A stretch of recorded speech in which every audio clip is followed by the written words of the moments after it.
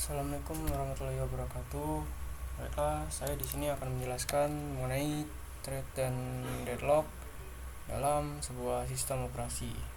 Dan sebelumnya, perkenalkan, nama saya Muhammad Rian Pasya dari Prodi TRPLB. Baiklah, langsung saya jelaskan saja. Untuk thread ini adalah unit kecil dari sebuah proses yang dapat menjalankan tugas-tugas secara mandiri. Mempelajari thread adalah penting karena mereka memungkinkan aplikasi untuk menjalankan tugas-tugas secara paralel, meningkatkan efisiensi dan responsivitas aplikasi. Dan ada juga keuntungan dari multi-threading. Jadi proses dengan thread yang banyak disebut itu multi-threading ya. Dan itu ada keuntungannya.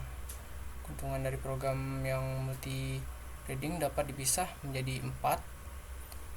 Ada dapat meningkatkan respon kepada pengguna, ada mengizinkan sebuah aplikasi untuk mempunyai beberapa thread yang berbeda dalam lokasi memori yang sama.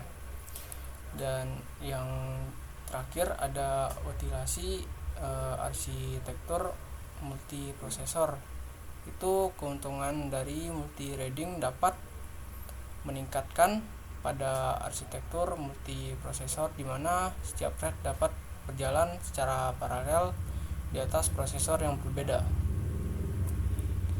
Dan ada juga model dari multi-threading. Ada 3 ya. Ada thread model many to one, ada thread model one to one, dan ada thread model many to many. Yang pertama ada many to one, itu model memetakan banyak user level thread ke satu kernel thread. Pengaturan thread dilakukan di user space, oleh karena itu ia efisiensi tetapi ia mempunyai kelemahan yang sama dengan user thread. Dan yang kedua ada one to one. Model ini memetakan setiap user thread ke kernel thread. Ia menyediakan lebih banyak konkurensi dibanding many to one, dan keuntungannya sama dengan keuntungan kernel thread. Kelemahannya itu ada di setiap pembuatan user thread membutuhkan pembuatan kernel thread. Dan yang ketiga ada kernel model many to many. Di model ini multiplexes banyak user level thread ke kernel thread yang jumlahnya lebih kecil atau sama banyaknya dengan user level thread. Jumlah kernel thread dapat spesifikasi untuk sebagian aplikasi atau sebagian mesin. Baiklah, di sini kita akan menjelaskan deadlock. Deadlock ini adalah keadaan di mana dalam sistem komputasi di mana dua atau lebih proses tidak dapat melanjutkan eksekusi karena masing-masing menunggu sumber daya yang sedang digunakan oleh proses lain.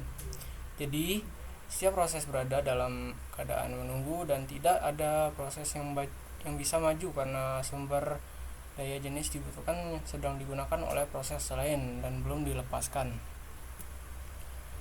Dan di sini kita akan melanjutkan untuk multi-threading di sistem deadlock ya. Sistem ini melibatkan representasi sistem dan hubungan antara proses dan sumber daya yang membentuk potensi kondisi deadlock. Dan di sini ada komponen-komponen penting dalam model sistem deadlock. Itu ada proses, ada sumber daya, ada klaim, dan ada alokasi. Yang proses ini adalah unit dasar dari eksekusi kode dalam sistem. Proses dapat diminta menggunakan dan melepaskan sumber daya. Sumber daya adalah apa saja. Untuk sumber daya ini apa saja yang dapat digunakan oleh proses. Dan yang klaim ini terjadi ketika proses menunjukkan bahwa ia memungkinkan akan meminta sumber daya di masa depan. Yang terakhir ada alokasi. Kalau alokasi ini pemberian atau pengguna sumber daya oleh suatu proses.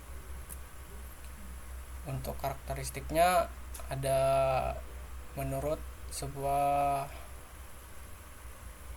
yang bernama Kaufman pada tahun 1971. Ini ada 4 kondisi yang dapat mengakibatkan terjadinya deadlock, yaitu mutual exclusion, yang kedua ada halt and wait, yang ketiga ada no preemption, dan yang terakhir ada circular wait.